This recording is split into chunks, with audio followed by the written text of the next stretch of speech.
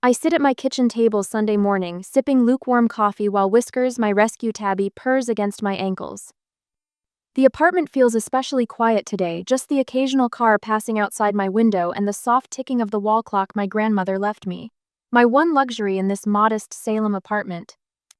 The phone rings, jarring in the stillness. Sierra Federal Credit Union flashes on the screen, probably another credit card offer. I almost let it go to voicemail, but years of being the responsible one kicks in. Hello, this is Marissa. Good morning, Miss Lowell. The man's voice is professionally warm. This is Thomas Richards from Sierra Federal Credit Union. I'm calling about your mortgage payment. I frown, stirring my coffee absently. I think you have the wrong number. I don't have a mortgage. A pause. Is this Marissa Jean Lowell? Date of birth May 12th, 1991? The spoon freezes mid-stir. Yes, that's me. But Social Security number ending in 4832?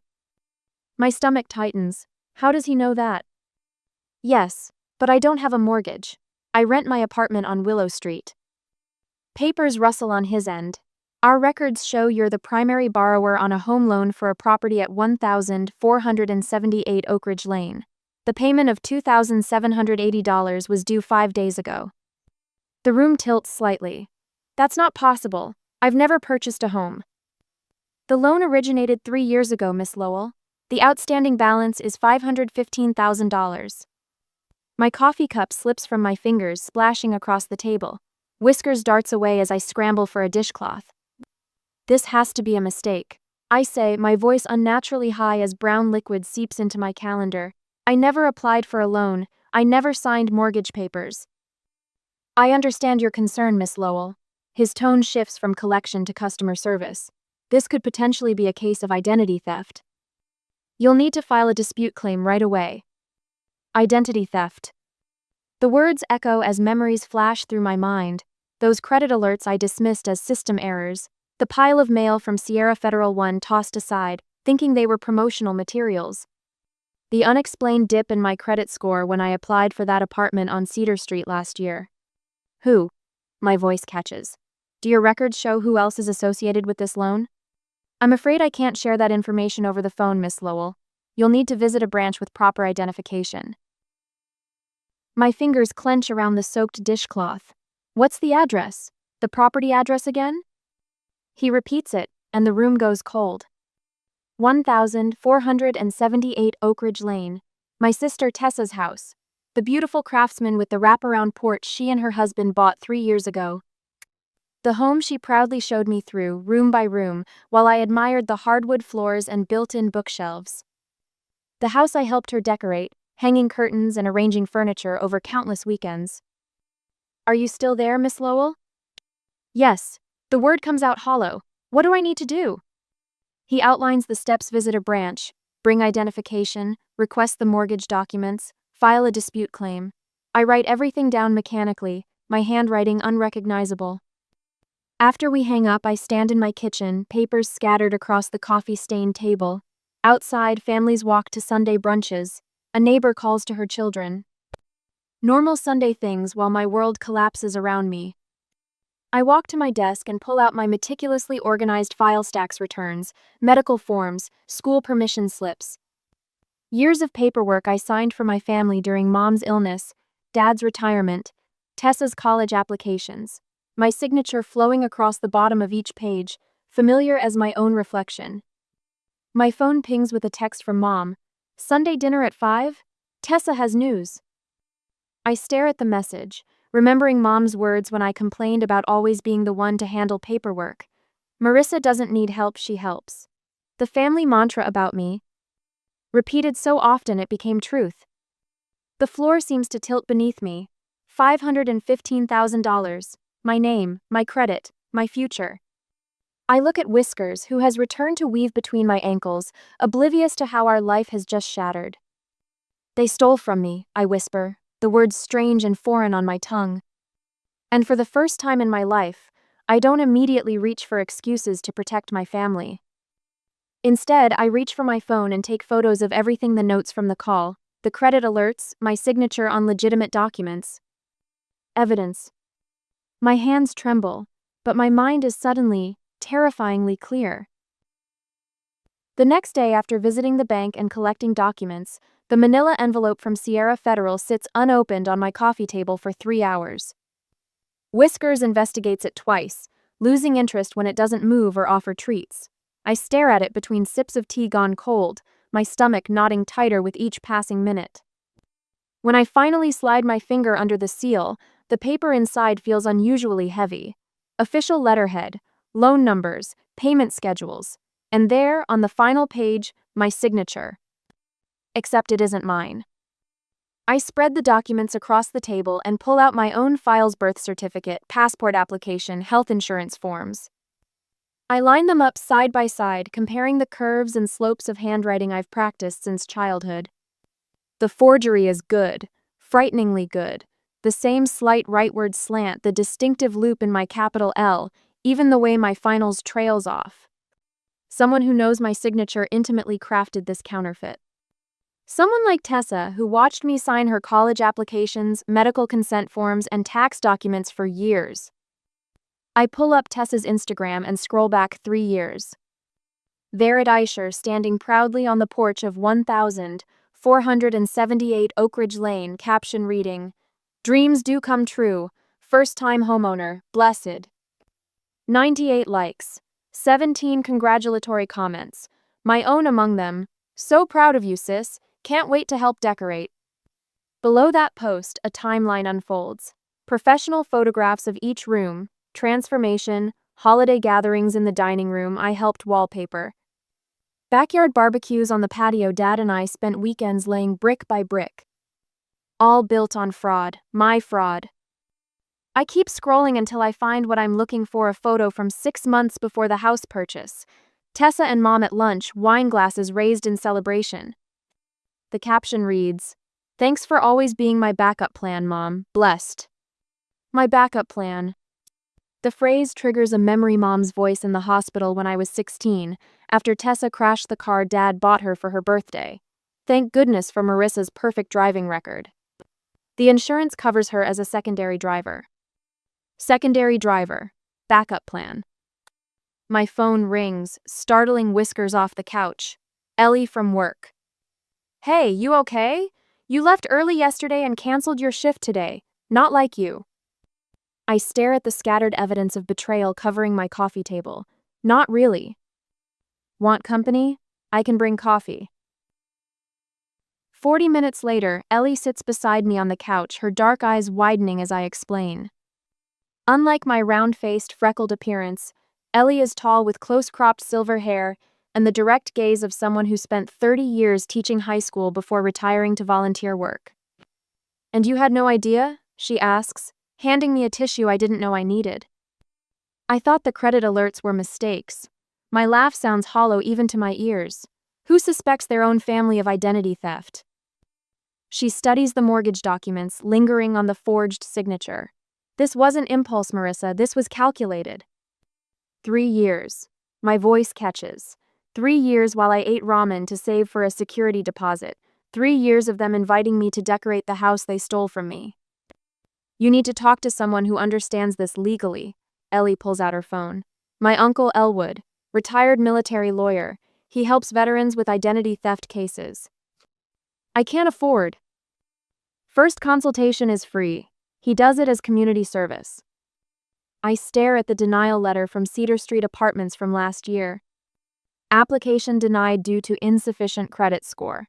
The apartment with the breakfast nook and southern exposure I'd saved for 18 months to afford. "What happens to the house?" I ask. "Depends on what you want to happen," Ellie says, her voice gentle but firm. "This isn't just wrong, Marissa, it's criminal." Criminal. The word should feel excessive, dramatic. Instead, it feels precisely right. My phone pings again. Another text from Mom. "Don't forget Tessa's housewarming next Sunday. Bringing that spinach dip everyone loves?" I set the phone down without responding. On my laptop, I open my email and find the credit monitoring alerts I'd dismissed as system errors. 5 in the first year after the mortgage appeared. 3 more last year when Tessa apparently opened a line of credit for home improvements. Another ping. Dad this time. Need help with your taxes this weekend? My taxes, which he's prepared for me since I was 16, which gave him access to my social security number, employment history, and financial records year after year. The anger rises slow and steady, like water filling a bathtub. Not the quick flash of irritation I've felt before, but something deeper, more substantial. This anger has weight to it, substance. Will you call your uncle? I ask Ellie, surprised by the steadiness in my voice. She nods, already dialing. You're doing the right thing. Outside my window, a family walks by, parents holding hands, children skipping ahead. Normal Sunday things. But inside my apartment, surrounded by evidence of 3 years of calculated betrayal, nothing will ever be normal again. I gather the documents into a new folder labeled Fraud Evidence in bold black marker. The first decision I've made for myself in years. The text arrives Thursday afternoon while I'm cleaning kennels at the shelter. Sunday dinner at 5. Important family news. Don't be late. Mom's tone, even through text, carries that familiar command wrapped in sweetness. I stare at the phone, my stomach nodding. 3 days since Mr. Crane helped me file the police report. 3 days of silence from my family after I stopped answering their calls. 3 days of finally sleeping through the night with Justice, my newly adopted shepherd mix, curled against my side. Everything okay? Ellie appears in the doorway, her salt and pepper hair escaping from her bandana. She holds 2 mugs of coffee, extending one toward me. Family dinner summons. I take the mug, inhaling the rich aroma. They want me there Sunday. Ellie leans against the doorframe. Are you going? The question hangs between us. Am I going? Before the mortgage discovery, I wouldn't have considered refusing. But now? Yes. The word surprises me. I need to see their faces when I ask them directly. Ellie nods. No judgment, just understanding. That's why I told her everything first. That and the coffee she silently brought me that morning. I came to work with red-rimmed eyes. Mr. Crane says I need to control the narrative. I set down my mug and return to scrubbing the kennel floor. If I don't confront them, they'll spin this into me overreacting. $500,000 isn't an overreaction. Ellie's voice hardens. It's fraud. The word still makes me flinch. Fraud, identity theft, criminal charges, family words now. Will you call me after? Ellie asks. I nod, grateful for this unlikely friendship born from betrayal. Promise. Sunday evening, I park 3 houses down from my parents' Tudor-style home, needing those extra moments to steady my breathing. Justice sits in the passenger seat, his watchful eyes never leaving my face. Wait here, buddy. I won't be long. Inside my purse sits a manila folder with copies of everything: the mortgage documents, the credit reports, the police report. Mr. Crane's advice echoes in my head. Don't let them talk over you. Don't accept excuses. This wasn't a mistake, it was a calculated decision. The front door opens before I knock. Mom stands there in her Sunday best, pearl earrings catching the light. You're late, she says, but hugs me anyway. Her familiar perfume, white shoulders, the same since I was a child, wraps around me. For one treacherous moment, I want to sink into it, to believe this is just another family dinner. Then I remember the banker's voice. $515,000. Traffic, I lie. I never lie to my mother. The small rebellion feels strangely liberating. The dining room gleams with the good china and crystal water glasses. Dad carves a roast at the head of the table, and Tessa sits with her husband Brian, their heads bent over a catalog of some kind. Marissa's here, Mom announces, her voice carrying that undercurrent of finally. Dad glances up with a quick smile. Grab a seat, we're just getting started. Tessa looks up, her perfect smile faltering slightly when our eyes meet. Something flickers their wariness before she recovers. Sis, we've missed you this week. Where have you been hiding? I slide into my usual chair. Working. The shelter's busy with kitten season. Conversation flows like it always has. Dad talks about his golf game. Mom mentions her garden club drama. Tessa and Brian exchange meaningful glances before announcing they're considering a kitchen renovation for their beautiful craftsman home. The home with my name on the mortgage. We're thinking Italian marble for the countertops, Tessa says, sliding the catalog toward me.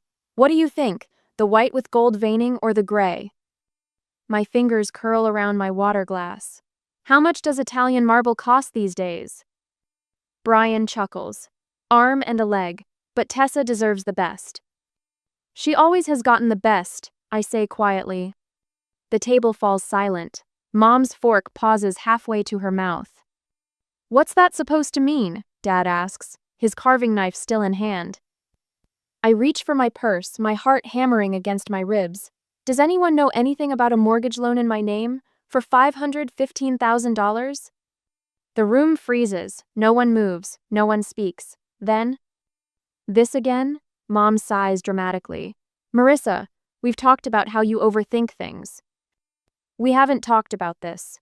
I pull out the folder and place it on the table.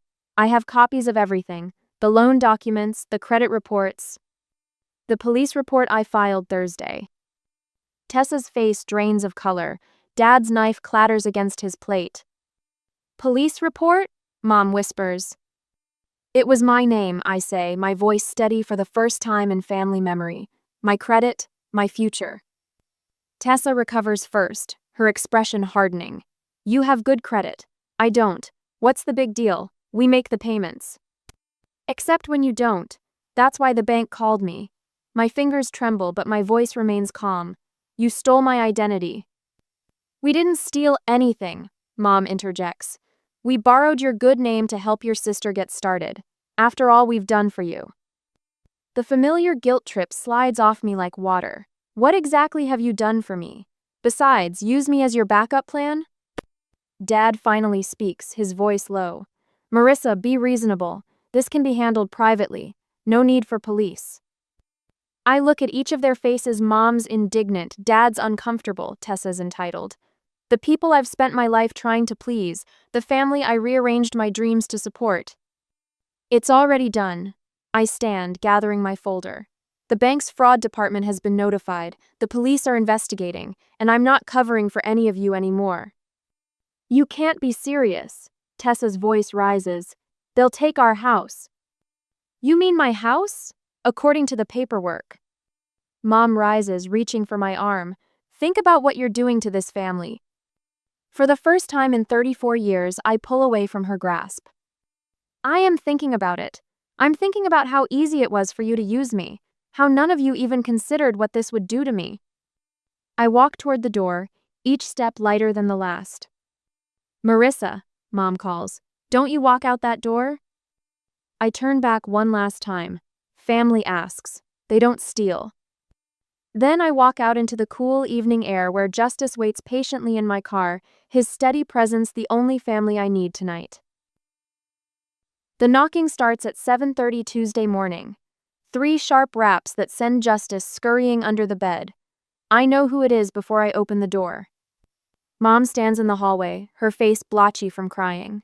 She brushes past me without waiting for an invitation. How could you go to the police? Her voice breaks as she paces my small living room. You've ruined everything. I close the door quietly, feeling strangely calm. Would you like some coffee? Coffee? She stares at me like I've offered her poison.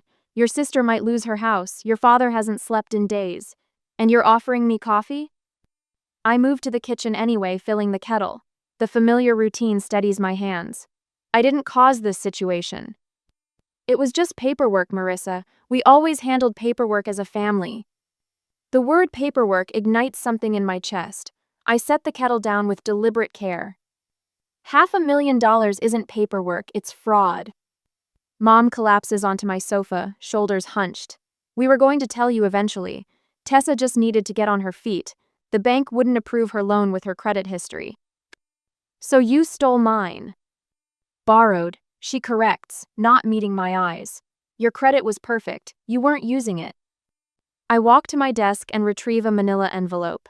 The bank courier had delivered it yesterday, the complete mortgage application with my forged signature on 17 separate pages. This isn't borrowing. I place it on the coffee table between us. This is theft. Mom pushes the envelope away without looking at it. Family helps family, you know that. Family asks, I say, the words coming from some new steal part of me. They don't steal. My phone buzzes for the 12th time this morning. Another text from Tessa. How could you do this to me? I silence it without reading the rest. Your sister has 2 children, Mom says, her voice low and accusatory. Where will they live if they lose the house? The same place I would have lived if the bank had come after me for the payments. The answer surprises me with its simplicity. Maybe with their other set of grandparents. The ones with the vacation home in Bend. Mom's mouth tightens. I never raised you to be vindictive. No, you raised me to be reliable. I reach for my wallet and pull out a birthday card yellowed at the edges. Remember this? She takes it reluctantly. Inside, beneath the printed message, Dad's handwriting. Thank you for always being our backup plan. Your father meant that as a compliment. I know. I take the card back, running my thumb over the ink. That's what makes it worse. The kettle whistles. Neither of us moves. Mr. Crane says the bank may press charges. It's out of my hands now. Mom stands suddenly fierce. That man has no business involving himself in family matters. He's my lawyer. He's filling your head with nonsense. We're your family. We would never hurt you. The laugh that escapes me sounds foreign to my own ears. Tell that to my credit score. Her phone rings Dad's ringtone. She answers immediately, turning away from me. She won't listen. I know. I'll try. While she talks, I pour a single cup of coffee and add cream. Not for her, for me. When she hangs up, her expression has shifted from anger to calculation. Your father says we can handle this privately. No courts, no police. Tessa will set up a payment plan. Too late. I sip my coffee, the bitter warmth fortifying me. The bank's fraud department has everything. You can withdraw the complaint. I won't. After everything we've done for you. What exactly have you done for me? The question hangs between us, genuine in its curiosity. She blinks, momentarily lost. We're your family. That's not an answer.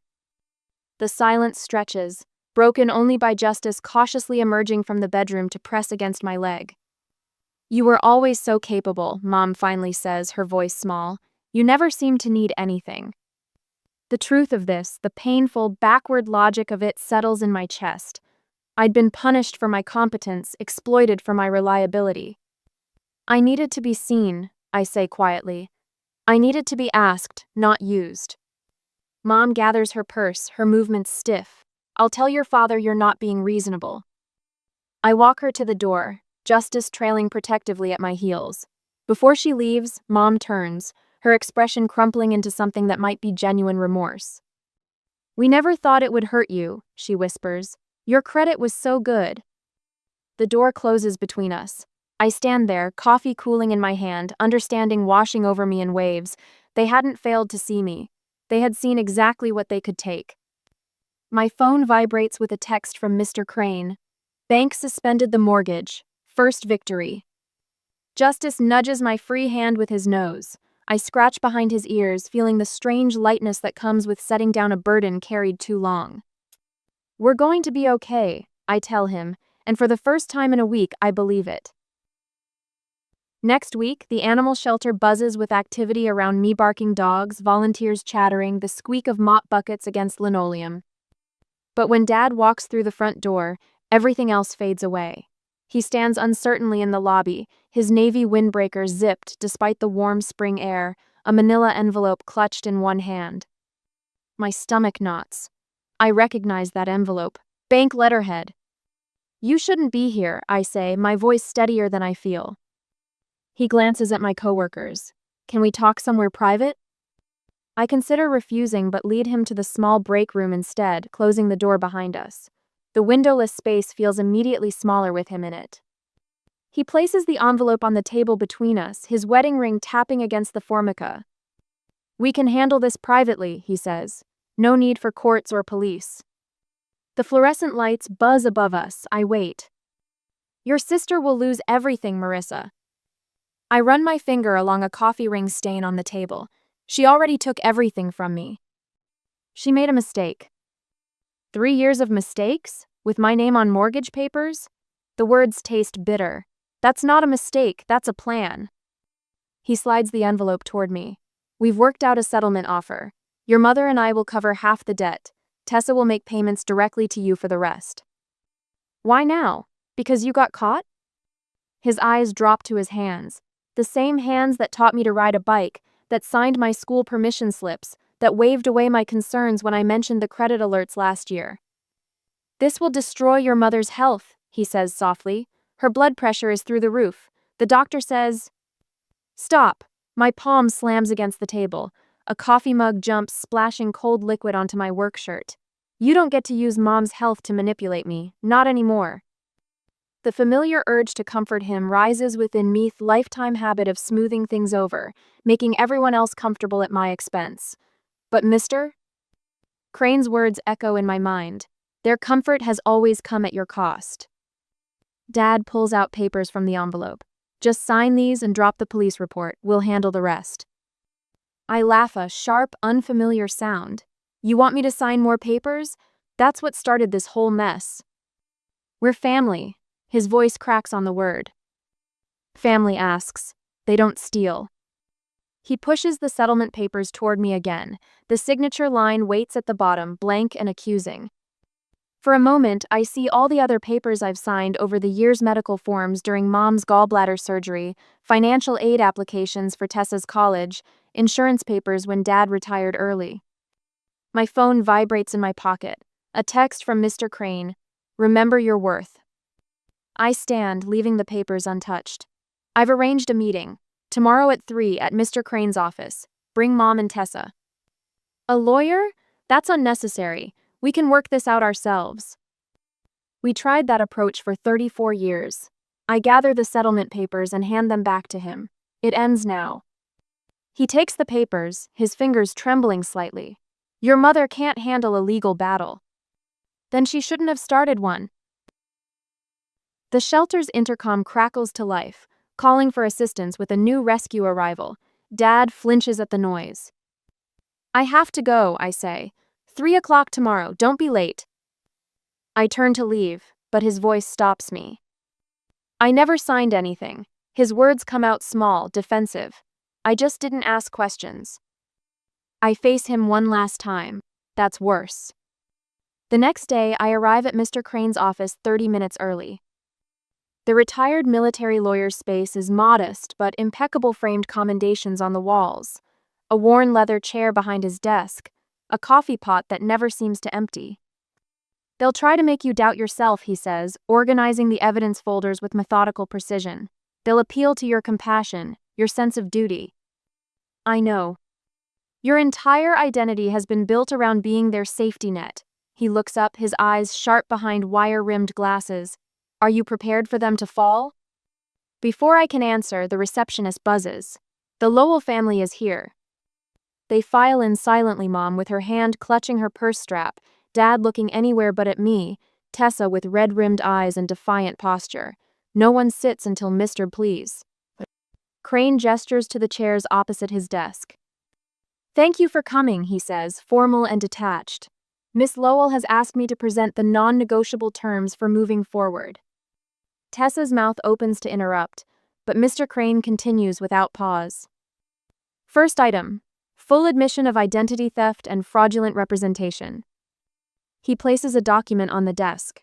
My credit report marked with red highlighter showing 3 years of unauthorized activity. Next to it, the forged mortgage application with my name scrawled at the bottom, nothing like my actual signature. Second item. Complete restitution of all funds and damages. The bank's fraud determination letter appears next, followed by the police report I filed. Third item. Professional family counseling before any relationship can be restored. Mom begins to cry, quiet tears tracking through her makeup. Dad places his hand over hers. "This is overkill," Tessa says, her voice tight. "We made a mistake. We're trying to fix it." "A mistake is accidental," I say, speaking for the first time. "This was deliberate and calculated and cruel." I pull out my own evidence birthday cards from the last 3 years, each signed with variations of, "Thank you for always being our backup plan." The phrase that once seemed like a compliment now reveals its true meaning. "You didn't just steal my identity," I continue, my voice growing stronger with each word. "You stole my future, my peace of mind, my trust." Mr. Crane hands each of them a document outlining the terms. The home must be sold, the debt repaid in full, the legal consequences accepted. You have 24 hours to decide, he says. After that, we proceed with all legal remedies available. Mom's hand reaches across the table toward mine. Marissa, please.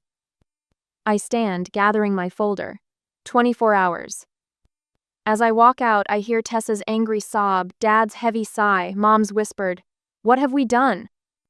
For the first time in my life, I don't turn back to comfort them. A year later, the pottery wheel spins beneath my fingertips, clay slick and responsive. I center the lump with practiced pressure, thumbs creating the first depression as water drips between my fingers. Transformation begins.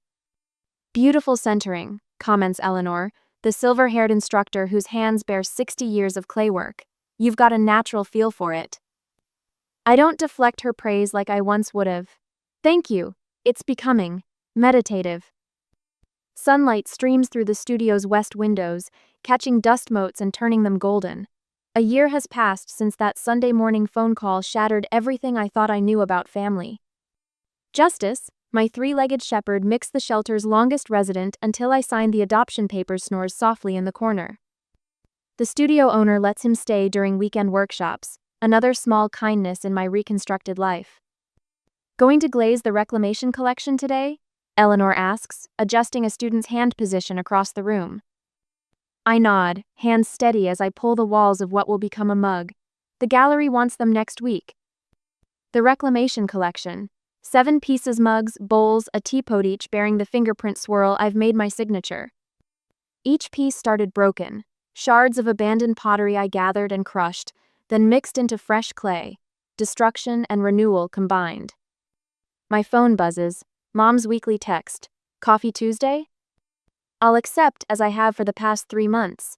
Our conversations remain careful, circling authenticity without quite landing. She brings photos from old family albums. I bring boundaries, reinforced by my therapist's quiet encouragement. Dad still won't speak to me. Some relationships can't survive truth. Tessa serves her community service hours at the county animal control office. Irony not lost on either of us when she called, voice small with shame, asking if the shelter needed volunteers. I referred her elsewhere. My domain remains mine. Her restitution payments arrive monthly, on time. Marissa? A voice pulls me back. Daria, a shelter volunteer, stands hesitantly at my wheel. Sorry to interrupt your class, but I needed. Can we talk afterward? I recognize the familiar strain in her expression, the look of someone carrying secrets too heavy to bear alone. Family stuff? I ask gently. Her eyes widen. How did you know? Experience. I wipe clay from my hands. I'll meet you at Riverside Cafe in an hour. After she leaves, I return to my creation, hands finding their rhythm. The clay responds to pressure, expanding upward, taking form. I shape the lip with decisive movements, no wobble, no uncertainty. Next week, someone will purchase this mug, run their fingers along its surface, feel the subtle texture of reclaimed materials beneath the glaze. They'll never know its origin story, how destruction became creation. But I'll know. I glance at Justice, who lifts his head at my attention, tail thumping against the floorboards. Almost finished, I tell him, smoothing the mug's handle with my thumb. When the piece sits completed before me, I add my maker's mark to the bottom, a small, perfect boundary that declares, "This is mine, this is what I made, this stands on its own." I sit at my parents' polished oak dining table, the one that's witnessed 34 years of Brennan family politics. Sunlight pours through leaded glass windows, catching dust motes that dance above the antique sideboard. The light hits differently here than anywhere else, warm amber that makes even my father's criticism seem temporarily gilded. More roast, Callie? Mom passes the silver serving platter before I answer. Her practiced smile never reaches her eyes. The pearls at her throat catch the light as she turns toward Wyatt. "Darling, tell everyone your news again." My brother straightens his collar, the pale blue perfectly matching the country club napkins Mom insisted on using. His watch glints, a graduation gift from Dad that cost more than my first car. Rebecca and I are officially engaged. Wyatt beams, his teeth unnaturally white against his carefully maintained tan. Her parents are thrilled. Old Philadelphia family, you know. What wonderful news! Dad raises his crystal water glass. His eyes slid toward me for the briefest moment in assessment I've felt since childhood. To proper families and proper futures. I take a small sip of water, my throat suddenly dries. Congratulations, Wyatt. The clock in the hallway chimes 4 times. This house grandmother's house keeps perfect time despite its age. Like her, it stands solid against trends and tantrums. The curved archways and original hardwood floors whisper stories of 5 generations. Stories these people seated around me never bothered to hear. Maria, you can clear the plates now.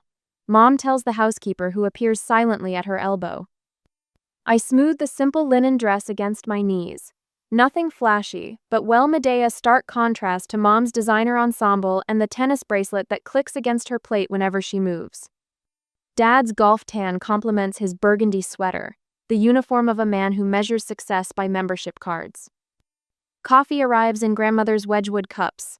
The blue flowers around the rim always reminded me of her eyes, gentle but seeing everything. The china clinks against saucers, marking time until whatever's coming next. Wyatt clears his throat. Actually, there's something else we wanted to discuss today. Mom and Dad exchange glances so practiced they barely qualify as communication anymore. Yes, Dad sets down his cup with precision. We've been thinking about the future of this property. The air changes. Temperature drops a few degrees despite the sunshine. I feel it before I understand it, the way prey senses danger before identifying its source. The thing is, Callie, Dad slides a manila folder across the polished wood toward me. With Wyatt starting a family, we've been discussing the best use of family assets. I don't touch the folder. Assets? Legal documents, Dad says, tapping the folder with one manicured finger.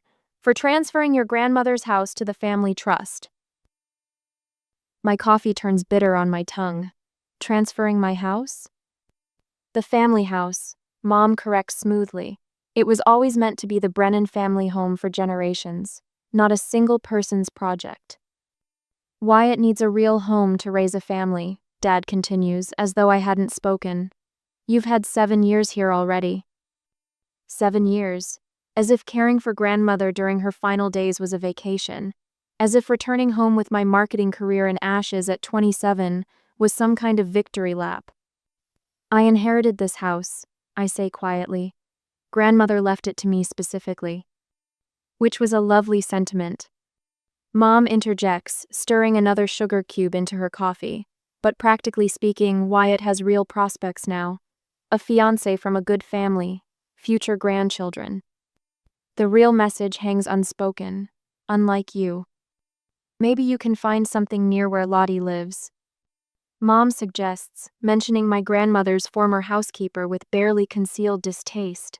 Those apartments near the east side seem suitable for your situation. The realization hits me with physical force. They've planned this, coordinated this ambush around Wyatt's announcement. My family is sitting in my dining room, in my grandmother's chairs, plotting to take the home she entrusted to me. I feel heat rising in my chest, but my face remains carefully neutral, a skill honed through decades of Brennan Sunday dinners.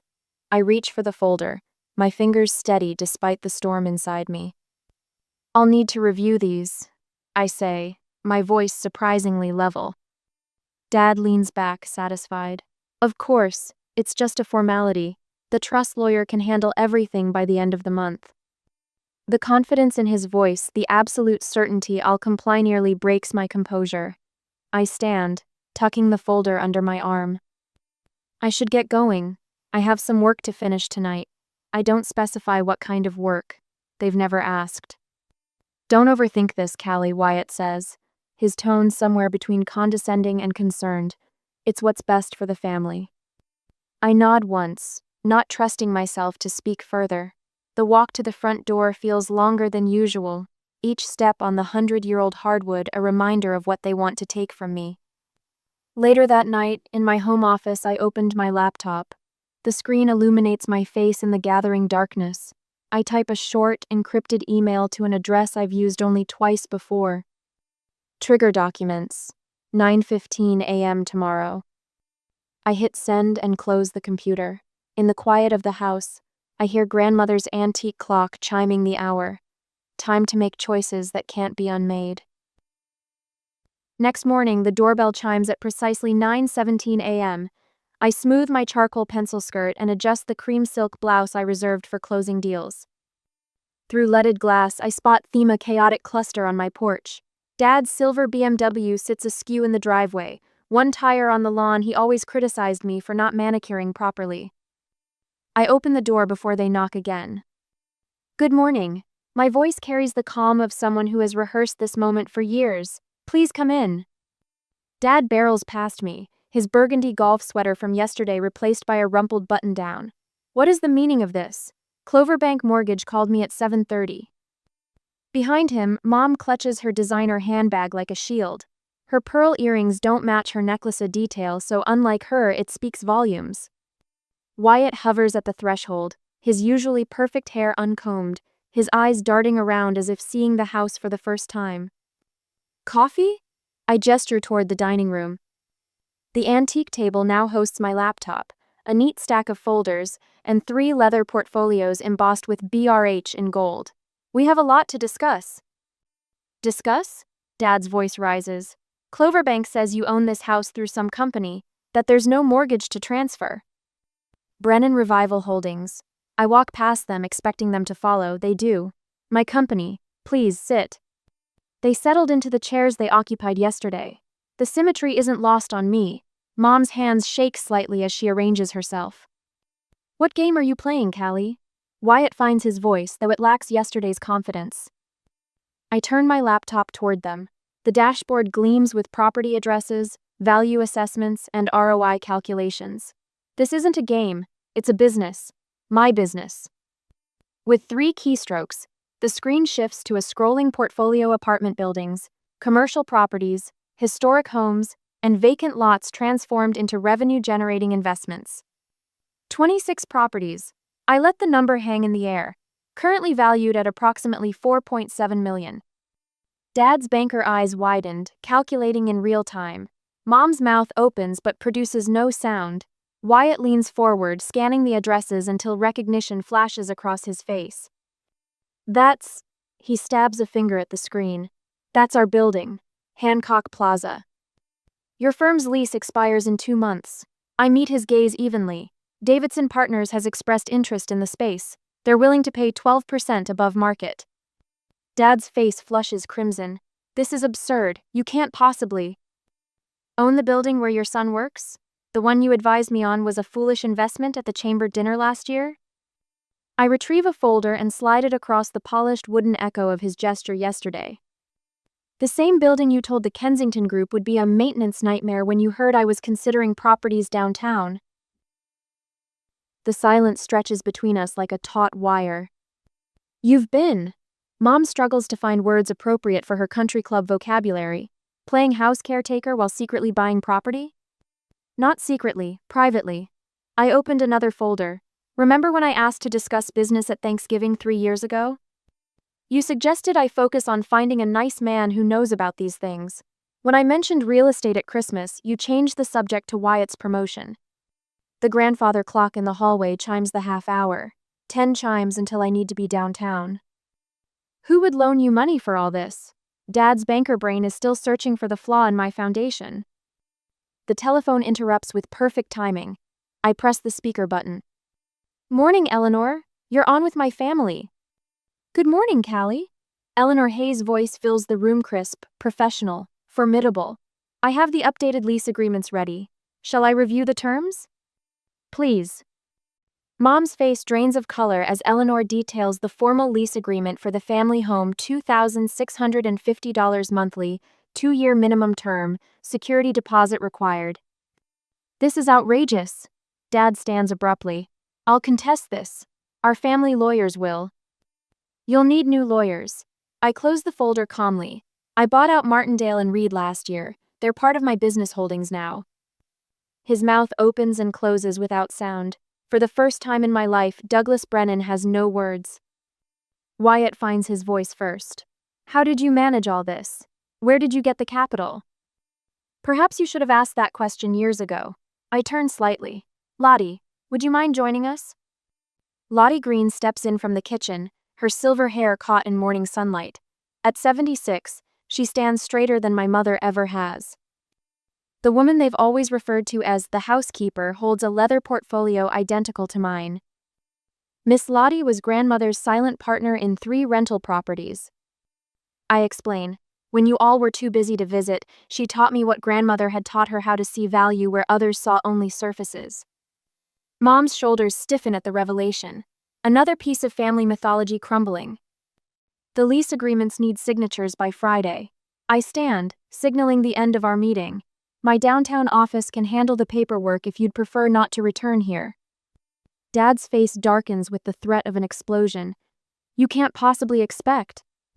I expect exactly what you've always expected, Dad. Business is business. I gather my laptop. Family is family. Yesterday you decided which mattered more. Wyatt stares at the property list, lingering on his firm's address. The power shift registers in his eyes, the first authentic emotion I've seen from him in years. I walk them to the door, professional courtesy in every step. As they file out in stunned silence, I call after them. Oh, and Wyatt? Congratulations again on your engagement. I close the door on their retreating figures and lean against it, allowing myself 5 seconds of vulnerability before straightening. Through the window, I watch Dad's BMW back carefully off my lawn, as if only now realizing he's on someone else's property. Lottie places a weathered hand on my shoulder. Your grandmother would be proud, child. The validation I never received from my family washes over me, warm and genuine. But the day is young and I have an empire to run. On Wednesday that week, the country club of Grand Rapids rises like a fortress on manicured grounds, its red brick exterior housing generations of handshakes that built this city. I park my Volvo Practical, paid off beside Dad's gleaming Lexus and Wyatt's leased BMW. The contrast isn't lost on me. Inside, the scent of lemon polish and old money hangs in the air. Portrait paintings of founding members stare down from walnut-paneled walls, their eyes following me across the carpet. Dad chose this battlefield deliberately. Here, surrounded by the symbols of his success, he believes I'll crumble. He waits at his regular table near the window, back straight, silver hair perfectly combed. Mom sits beside him, fingers twisting her pearl necklace. Wyatt paces nearby, phone pressed to his ear, voice low but urgent. Callie. Dad rises slightly when I approach, a gesture of courtesy rather than respect. We appreciate you coming. I slide into the leather chair across from them. Your message mentioned an emergency. Wyatt ends his call and joins us, collar unbuttoned, a thin sheen of sweat on his forehead. Nice of you to make time in your busy schedule. Douglas, please. Mom touches Dad's sleeve as a waiter approaches. Let's order first. Just coffee. My voice carries more authority than it would have a month ago. The waiter nods and retreats. Dad leans forward, lowering his voice. This situation has gone far enough, Callie. Your mother hasn't slept in days. This will kill her, you understand? Mom dabs at dry eyes with a monogrammed handkerchief. My health isn't the issue, I say, accepting the coffee placed before me. Neither is Mom's sleep schedule. Listen to yourself. Wyatt's voice rises enough that heads turn at nearby tables. He catches himself, leans in. Do you understand what you've done? Mackenzie Palmer canceled our dinner last night, said they weren't comfortable socializing until our family matters were resolved. The name registers Wyatt's biggest client prospect. I taste victory, bitter and sweet on my tongue. And just this morning, Dad continues, Bill Harrington called me personally. Wanted to know if there was trouble with the Brennan finances since you've apparently been meeting with his investment group. I sip my coffee, letting the silence stretch. Bill's considering financing my next 3 properties. This is insanity. Dad slams his palm on the table, rattling the china. Where did you even get your initial capital? Who would loan money to a woman with no banking connections? I finished for him. FHA loans on the first 2 properties. Private equity from investors who believed in preservation. Then I reinvested every penny of profit. Mom shakes her head. If you needed money, you should have come to us. I needed respect more than money. Wyatt snorts. Is that what this is about? Some childhood grudge because we didn't praise your finger paintings enough? No, I meet his gaze steadily. It's about sitting at the dinner table for 30 years listening to you dismiss everything I cared about while you plotted to take my home. Your home? Dad's face flushes red. That house has been in our family for 5 generations. And grandmother left it to me. Not the family's trust. Not Wyatt. Me. The waiter approaches with a coffee carafe. Dad waves him away with barely contained fury. I've spoken with 3 different attorneys, he says once we're alone again. There are ways to challenge an inheritance when the beneficiary clearly lacks. My attorney will be happy to speak with your 4th lawyer. I place my napkin on the table, though you might have trouble finding one locally. Eleanor Hayes has connections with most firms in the area. Mom gasps. Eleanor? From the foundation board? She's quite effective. You recommended her yourself at a garden party once. Said she was terrifyingly thorough if I recall correctly. Wyatt's phone buzzes. He glances at it and his face drains of color. This is Brad Thompson. He looks up at me. He's canceling our lease renewal meeting. Davidson Partners made a competitive offer for that space. I don't mention that I've already rejected it. Let him sweat a little longer. You can't do this. Dad's voice drops to a dangerous whisper. I've called in favors at Michigan First. They're reviewing your loan portfolio. I refinanced through Clover Bank 6 months ago. I stand, smoothing my skirt. Dad, your banking connections can't touch me anymore. Then I'll make sure everyone in our circle knows exactly what kind of daughter you've become. Mom's voice trembles with anger or fear, perhaps both. They already know. I shoulder my bag. Lottie ran into you at Kingma's Market yesterday. Quite a scene from what I heard. Mom's cheeks flame. That woman had no right to speak to me that way. That woman helped me secure my first investment property while you were telling the Hendersons I was finding myself after a nervous breakdown. Callie, Wyatt stands, desperation replacing anger. Be reasonable. We can work something out. We already have. I place my business card on the table. The family home lease agreement expires Friday. I'll need your decision by then. Dad pushes the card away. This isn't over. It is. I turn to leave, then pause. Oh, and Wyatt? I heard rumors about restructuring at Lakewood Partners. Might want to update your resume. The sunlight outside feels cleansing after the stifling club atmosphere. I drive straight to Oak Hill Cemetery, where rows of granite monuments march across the hillside. Grandmother's grave sits beneath a maple tree, simple and elegant like her. I place fresh gardenias beside her name, the scent filling the spring air. They never saw it coming, I whisper, touching the cool stone. Just like you said. Her voice echoes in my memory. They'll never see your worth until you own it yourself, Calliope. Tears come suddenly, not from pain but release. For years I'd hidden my success, seeking approval that never came.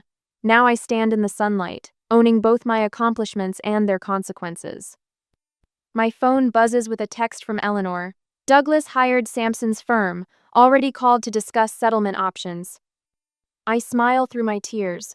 Tomorrow I'll sign the lease for my new downtown office above Madcap Coffee. The business plan for the River District revitalization sits ready in my briefcase. 6 years of quiet work are finally bearing fruit. Across town, Wyatt faces restructuring rumors. Dad discovers his banking favors have limits. Mom learns that social standing is as fragile as crystal. I placed my hand on grandmother's headstone one last time. I'm ready for whatever comes next. As I walk back to my car, my phone rings. It's Wyatt. I let it go to voicemail. Some conversations can wait until the ground beneath us all has finished shifting. A month later, at the office, the glossy business card between my fingers reads, Wyatt Brennan, former senior account executive. Former. Such a small word to mark such a seismic shift. I pin it to my office corkboard with deliberate care, next to the newspaper clipping from last week featuring my latest downtown restoration project. He called again this morning, Eleanor says, setting a fresh coffee on my desk. My attorney's silver hair catches the morning light streaming through the tall windows of my downtown office. 3rd time this week. Let me guess, more threats about family reputation? Eleanor's laugh comes quick and genuine. Quite the opposite. He wanted to know if you'd be willing to provide a reference. The coffee scalds my tongue. I set it down too quickly, sloshing liquid onto the quarterly reports. Wyatt Brennan Golden Child, heir apparent, country club darling needs my reference. His company cited family complications in the termination paperwork. Eleanor continues, dabbing at the spilled coffee with a handkerchief. Apparently, uncertainty about their building lease created shareholder concern. The building I now own. Did you know, I say, turning to the window overlooking Main Street, that Dad stopped golfing at Lakeview Country Club? Membership dues suddenly became unreasonable. The world tilts on unexpected axes, doesn't it? Outside, workers install the new sign on the Victorian building across the street, my newest acquisition. The 5th property I've purchased since that Sunday dinner 1 month ago. Each transaction is another brick in a wall between my past and future. Francine called Lottie yesterday, Eleanor mentions, settling into the leather chair opposite my desk. Apparently your mother's bridge club has dwindled to just her and Margaret Phillips. The one whose husband owns half the car dealerships in town? The very same, though I hear she only showed up to ask about investing in your next property. A laugh bubbles up from somewhere deep inside me, surprising us both. Not malicious, just genuine amusement at life's strange symmetry. For years, I was the family disappointment. Now I'm the sole Brennan with financial stability. 2 more mortgage applications came through this morning. Eleanor says, sliding folders across my polished desk. Both historic properties on Cherry Street. The bank approval was unusually swift. The same bank where Dad once wielded influence like a scepter. The same loan officers who once dismissed my business plan now expedite my paperwork. Did you see this? I handed Eleanor yesterday's newspaper, folded to a 1/4-page spread about community revitalization. My photo appears beneath the headline. Local entrepreneur preserves city's architectural heritage. Your grandmother would have loved this, Eleanor says softly. She knew before I did. I touch the vintage watch on my wrist. She left me the house because she saw what they couldn't. My phone buzzes with a text from Lottie. Your father is at the doctor's office. Blood pressure concerns.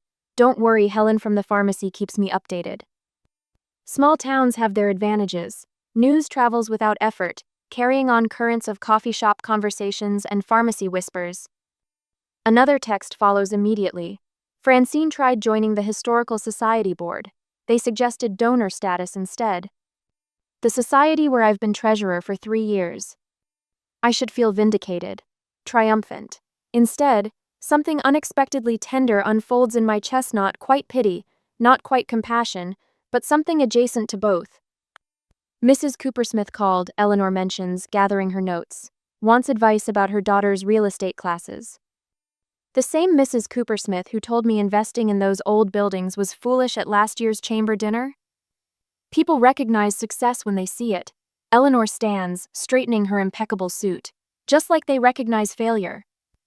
After she leaves, I sit alone in the quiet of my office. The antique grandfather clock in the corner, salvaged from a condemned hotel, ticks away minutes in the same measured cadence as the one in grandmother's hallway. My hallway now. I don't call Dad about his blood pressure. I don't text Mom about her social standing. I don't reach out to Wyatt about his job search. Their problems aren't mine to solve, just as my success wasn't theirs to claim. Yet I don't block their numbers either. The afternoon light shifts, painting gold rectangles across my desk calendar. 3 properties under contract, 2 renovation projects nearing completion. 1 community foundation grant application pending for the historic theater restoration. My empire built not on revenge but on vision. My success is measured not by their downfall but by my creation. The receptionist buzzes an hour later. Miss Brennan, your brother is here. My finger hovers over the intercom button, a heartbeat of hesitation. Send him in. Wyatt looks different, smaller somehow, without the protective shell of family expectations. His collar sits slightly crooked, his eyes lacking their usual confidence. I've been waiting downstairs for almost an hour, he says, remaining standing even when I gesture toward a chair. Nice coffee shop. One of my tenants. Right. He shoves his hands into his pockets. Of course. The silence between us has weight, decades of competition compressed into molecules of air. I underestimated you, he finally says, each word costing him visibly. We all did. For the first time in our relationship, I don't interrupt. Don't defend, don't explain. I simply listen as the grandfather clock marks time between us, each tick a tiny monument to change. Thursday that week, I spotted them the moment I walked into Giovanni's my parents sitting at a corner table beneath vintage photographs of the Italian coast. The restaurant's amber lighting casts a forgiving glow over Mom's worried expression and Dad's too stiff posture. Not a chance meeting. Their Mercedes parked right next to my usual spot confirms what I already knew. An ambush disguised as reconciliation. Mom waves, her bracelet catching the light. I nod to the hostess and walk toward them, my heels clicking against the terracotta tiles. Callie, Mom rises, arms extended for an embrace that feels rehearsed. What a wonderful surprise. Is it? I settle into the chair across from them, placing my bag beside me. Your car is parked next to my regular spot. Dad clears his throat, adjusting his collar. Always observant. The waiter arrives with water and takes our drink orders. I request a Cabernet while Mom orders her usual Chardonnay. Dad sticks with sparkling water. Doctor's orders for his blood pressure, no doubt. You look well, Mom says, studying my face. That cream blouse is lovely with your coloring. I thank her, though we both know this conversation isn't about fashion. Beneath the table, I notice Dad's fingers drumming against his thigh, his telltale sign of rehearsed talking points waiting to be delivered. We've been doing some thinking. Dad begins once our drinks arrive. He leans forward, his voice dropping to that authoritative banker's tone that closed thousands of deals. About family legacy. About forgiveness. Douglas. Mom touches his arm, her eyes suddenly wet with tears. Let me. She turns to me, voice quavering. Callie, we're not getting any younger. Family should stick together, especially at our age. I take a slow sip of wine, letting the silence stretch between us. Giovanni's fills with the sounds of other diners' forks against plates, genuine laughter, conversations without agendas. Mom, Dad, I place my glass down carefully. I appreciate you reaching out. I do. Dad nods, relief washing over his features. Too soon. But I need you to understand something. I continue.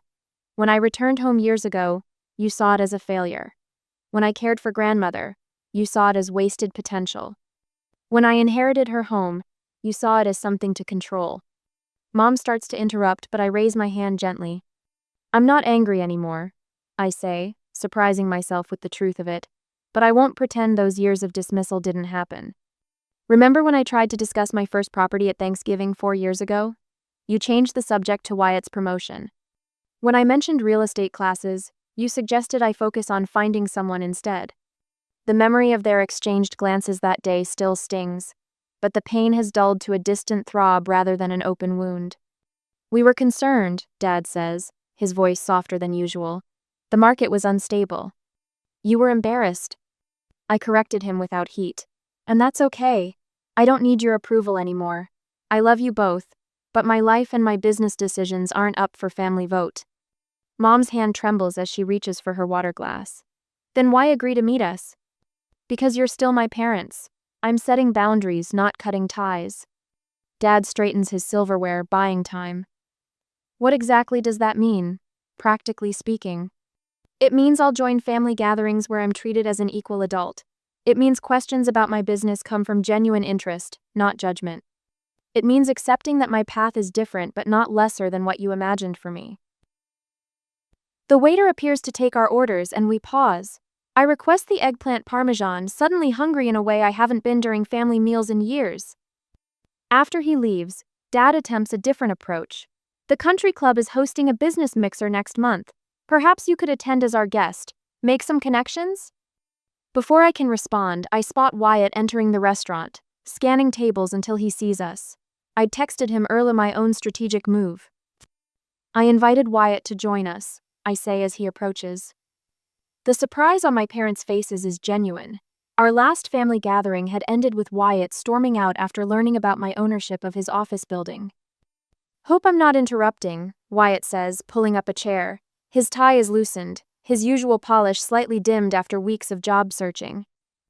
Perfect timing, I say, reaching into my bag. Mom and Dad were just leaving. Their confusion is palpable, but we haven't even ordered, Mom protests. I need to speak with Wyatt privately, I explain. We can continue our conversation this weekend, at my house, as family, not as negotiators. After reluctant goodbyes and Mom's lingering backward glance, they leave. The tension at the table dissipates like fog burning off in the morning sun. I slide a manila folder across the table to Wyatt, watching his face as he opens it. Head of Legal Strategy at Brennan Revival Holdings, he reads, eyebrows rising. This is a job offer? The base salary is less than you're used to. I say, pointing to the compensation details, but there's real equity, not a handout, Wyatt, a position you'll earn through actual work.